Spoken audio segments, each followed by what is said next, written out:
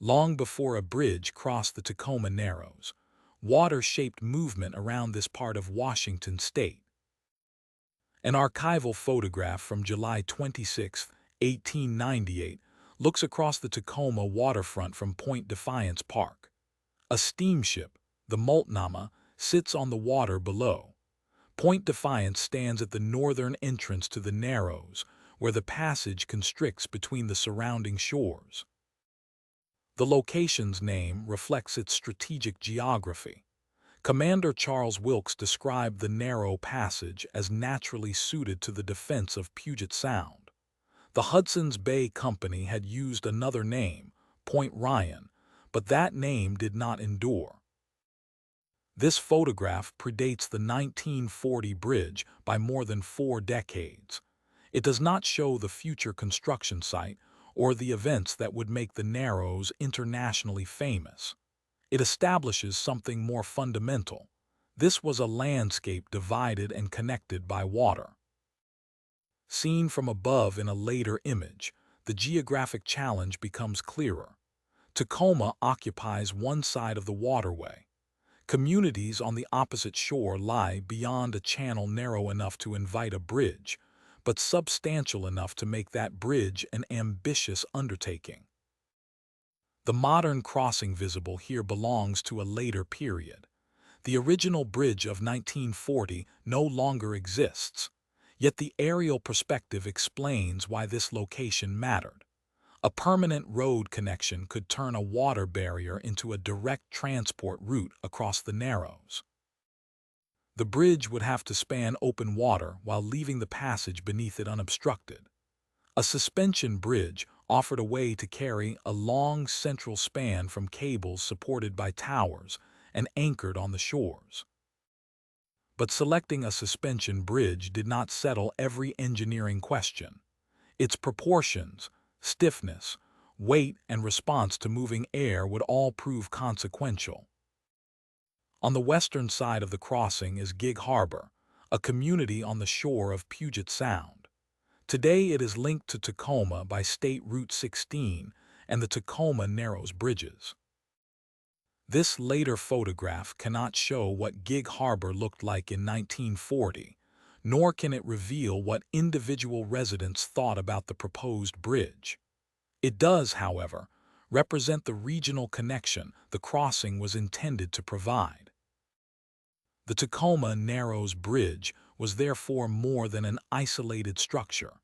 It formed part of a transport route between communities separated by the water.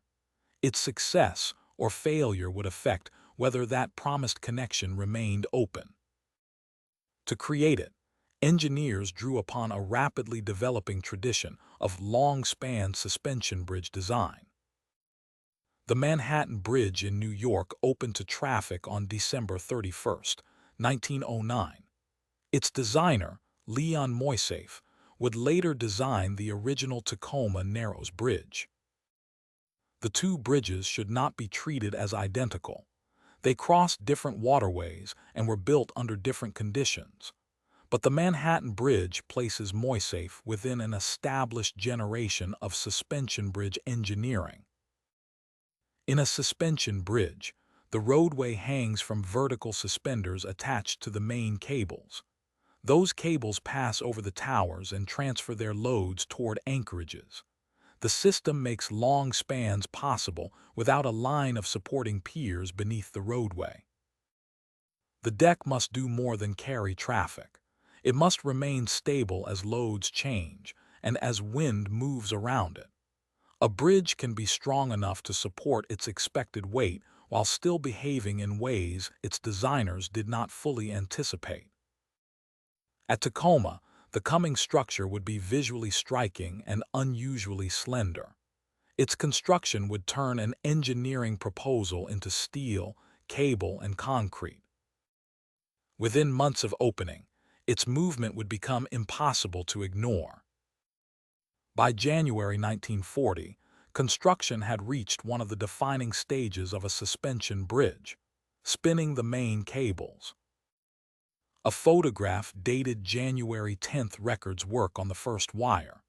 The people gathered beneath the cable-spinning equipment provide a sense of scale, but the image does not identify their individual roles. A main cable was not installed as a single solid piece. It was assembled from many wires carried repeatedly across the span and gathered into a much larger cable. Vertical suspenders would connect those main cables to the roadway below, transferring the deck's weight upward, and then through the towers toward the anchorages. This system allowed engineers to cross the Narrows without filling the central waterway with supporting piers. It also produced a structure whose parts worked together. The cables carried tension. The towers carried compression. The deck distributed traffic loads while helping the roadway retain its shape. Yet a suspension bridge is not static. Vehicles shift its loads. Temperature changes its materials.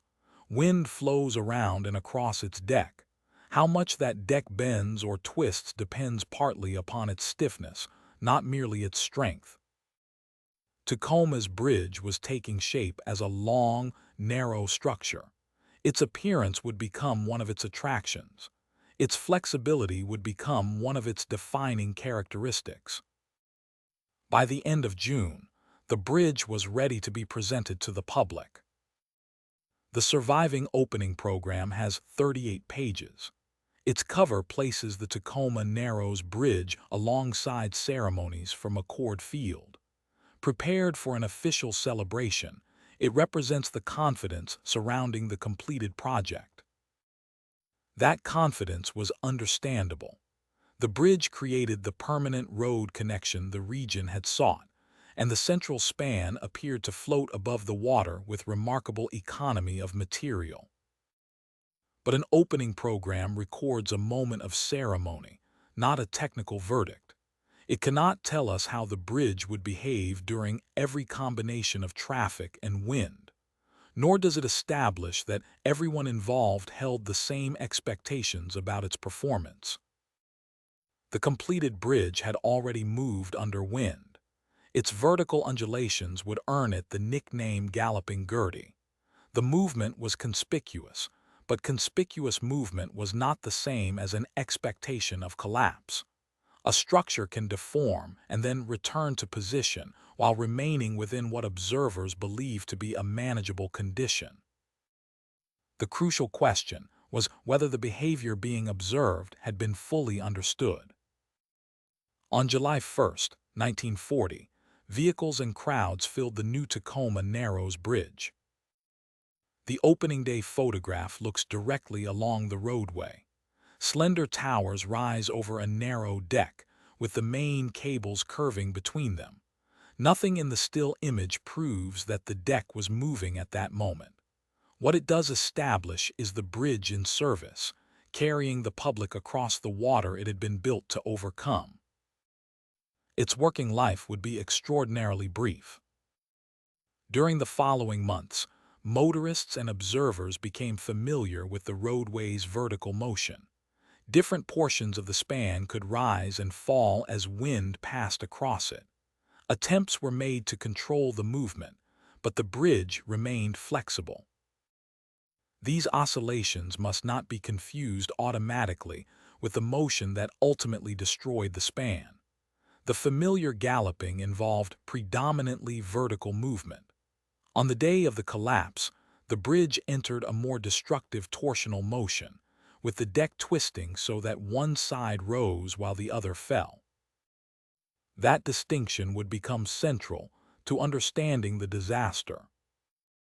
The bridge opened amid ceremony in the summer of 1940. 4 months later, on November 7th, the Narrows would expose the limits of the assumptions behind it. November 7th, 1940, brought the conditions under which the bridge's familiar movement became something fundamentally different. The surviving weather analysis places the disaster within a wider storm system. It is an official record of that day, but it is not a direct measurement taken from the bridge deck. Any account of conditions at the span must therefore distinguish regional meteorology from observations made at the crossing itself. As wind moved through the Narrows, the bridge initially continued the vertical oscillation for which it had become known. The roadway rose and fell in waves. Then its behavior changed. The deck began to twist. One side of the roadway rose while the opposite side descended. The direction then reversed. The bridge was no longer moving primarily up and down as one flexible surface. It was rotating around its length in an alternating torsional motion. That transition mattered because twisting placed the deck, suspenders, cables, and connections under a changing pattern of forces. Gravity continued to pull downward, while the wind and the structure's own movement continually altered the airflow around the deck. Each cycle affected the forces acting during the next.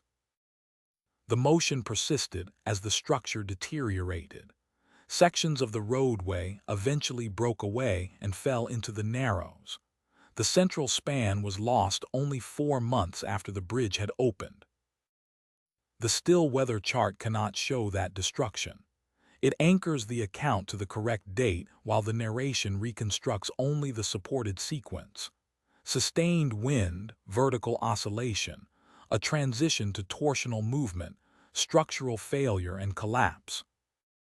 The disaster is often described simply as resonance. That explanation is incomplete if resonance is understood only as wind striking the bridge at one matching frequency, like repeated pushes on a swing. The destructive motion involved an interaction between the flexible deck and the air moving around it. The bridge was not merely being pushed by the wind. Its movement was changing the aerodynamic forces acting upon it. A later photograph of a Tacoma Narrows cable saddle provides a close view of how loads travel through a suspension bridge.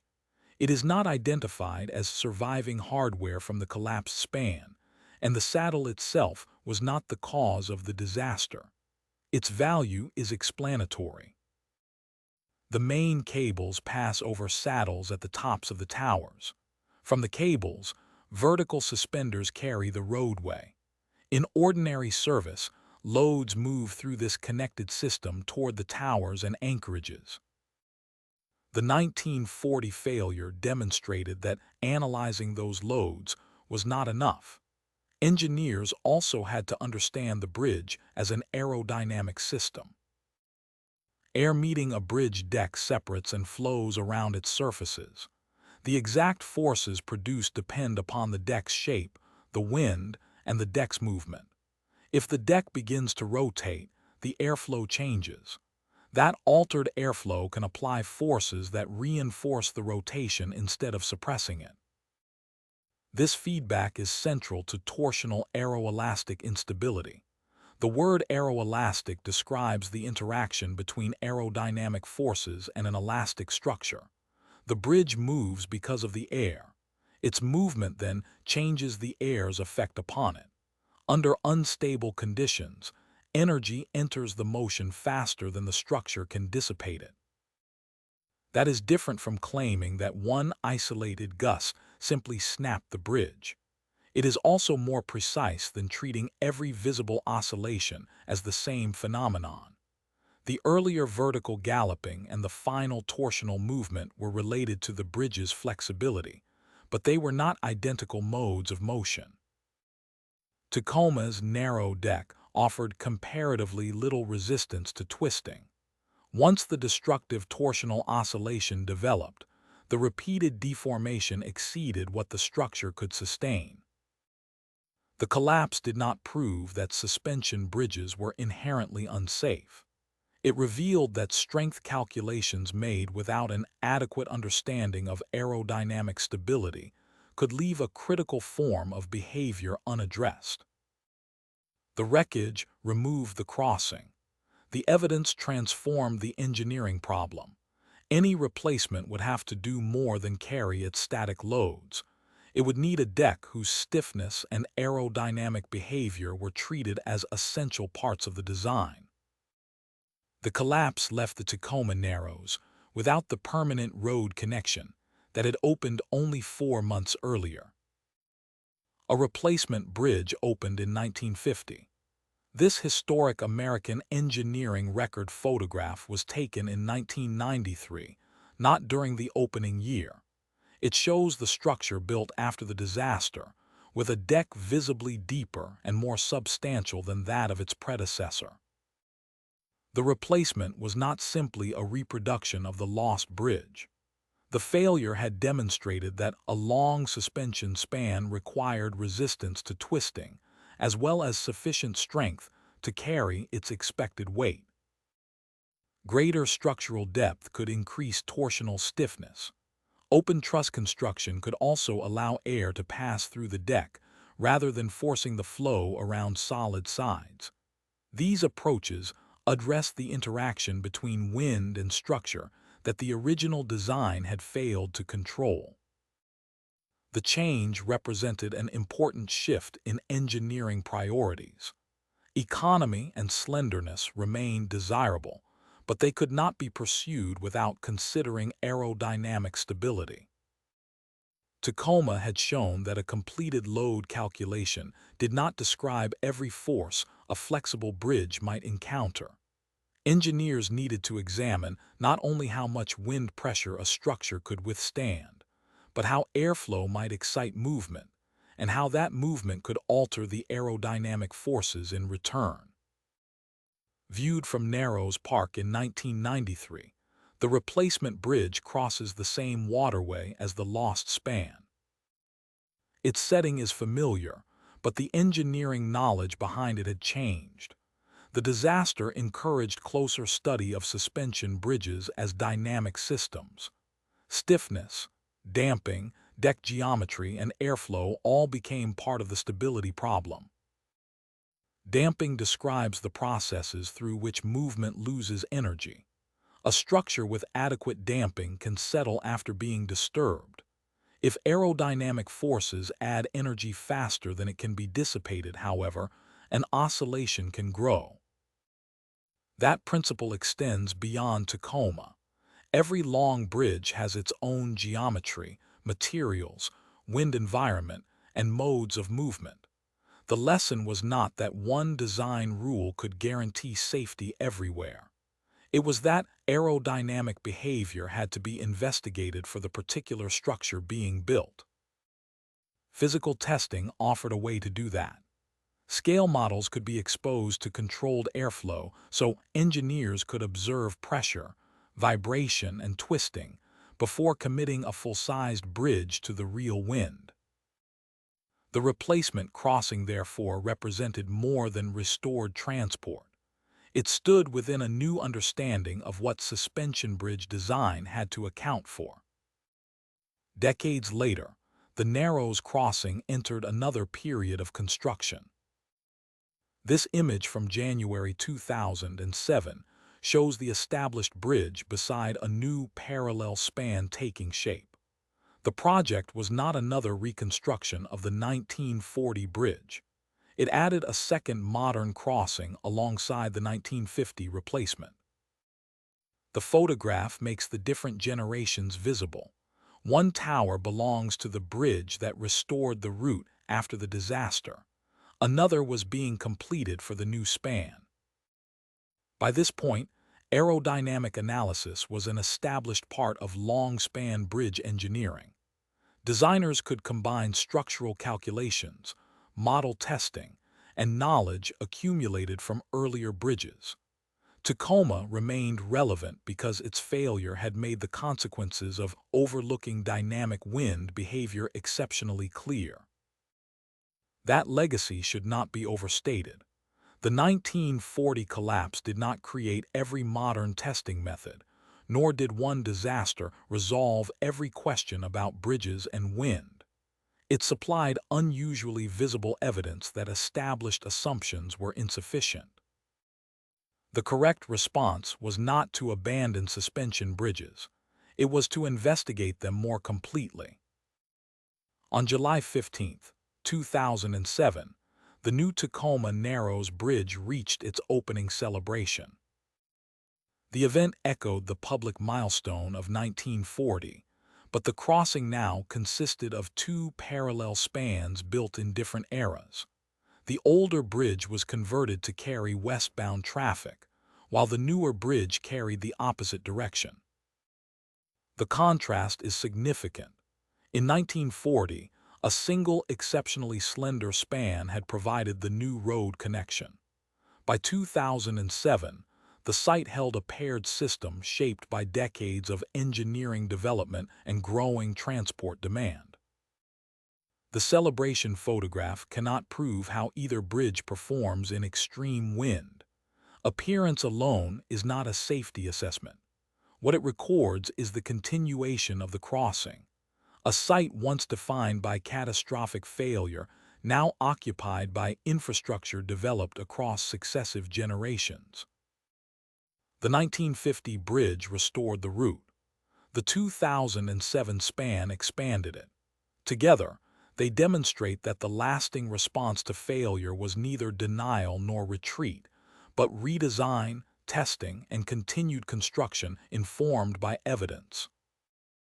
The original bridge survived for 4 months. Its engineering consequences lasted far longer. From the air, the modern Tacoma Narrows crossing reveals the result of that long development. Two suspension bridges now connect the shores. One opened in 1950 as the replacement for the collapsed span. The other opened in 2007. Their parallel alignments carry the route that the original bridge briefly established in 1940. The aerial photograph was taken in 2017. It cannot locate every component of the lost bridge or demonstrate the performance of the structures now standing. It does show how completely the crossing has become part of the surrounding transport network. The disaster did not end the effort to bridge the Narrows. It changed the knowledge applied to that effort. At road level, that history recedes behind the ordinary experience of driving across the water. The towers, cables, suspenders, and roadway form a system carrying traffic between the shores. To most travelers, its purpose is straightforward. The engineering required to make that journey routine is largely invisible. So are many of the forces involved. Wind need not be powerful enough to break a stationary component directly. Its danger can emerge through repeated interaction with a flexible structure. That is why modern analysis examines modes of motion. A bridge can bend vertically, move laterally, or twist. Each mode has its own frequency and pattern. Engineers investigate whether airflow might excite one of those modes, whether movements could couple together, and whether damping is sufficient to prevent growth. Tacoma's importance lies in making those interactions impossible to dismiss as secondary details. The Narrows itself remains the constant element. The waterway seen in this later panorama is the same geographic obstacle that inspired the original crossing. Wind still moves through the landscape. What changed was the engineering approach used to place a long, flexible structure within it. The collapse is sometimes reduced to a simple statement that the wind matched the bridge's natural frequency. That version is memorable, but it obscures the more instructive mechanism. The final destructive motion was torsional. As the deck twisted, it changed the airflow around itself. The altered aerodynamic forces then reinforced the movement. The bridge and the air formed a feedback system. This distinction matters because it changes the solution. If the event were only a matter of avoiding one resonant frequency, designers might merely alter the structure's frequency.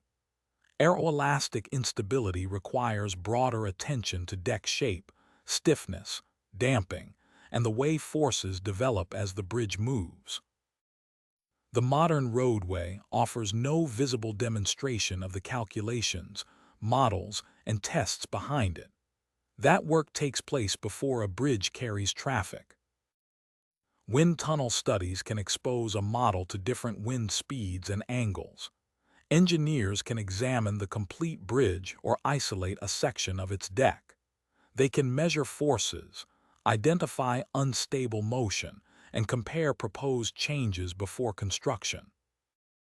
Structural analysis and aerodynamic testing answer related but different questions. One asks how the bridge carries loads through its components. The other asks how moving air and structural movement influence one another. Tacoma showed why both are necessary. It also demonstrated the limits of learning from familiar behavior. The original bridge's vertical galloping was dramatic, but the final torsional motion was different. Recognizing that distinction required investigators to look beyond the most obvious explanation and examine the complete sequence of movement and failure. Across the Narrows today, the original bridge is absent.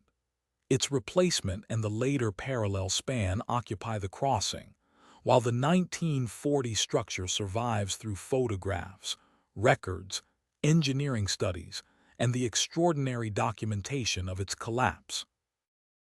Its story is not simply that engineers built a bridge and the wind destroyed it. The bridge carried its expected weight, yet remained vulnerable to a dynamic interaction its design did not adequately control. It opened successfully, moved visibly, entered a different mode of oscillation, and failed after only 4 months of service. The response was not a declaration that long suspension bridges were impossible. Engineers rebuilt the crossing and expanded it, but they did so within a discipline transformed by closer attention to aerodynamic stability. No design method removes every uncertainty.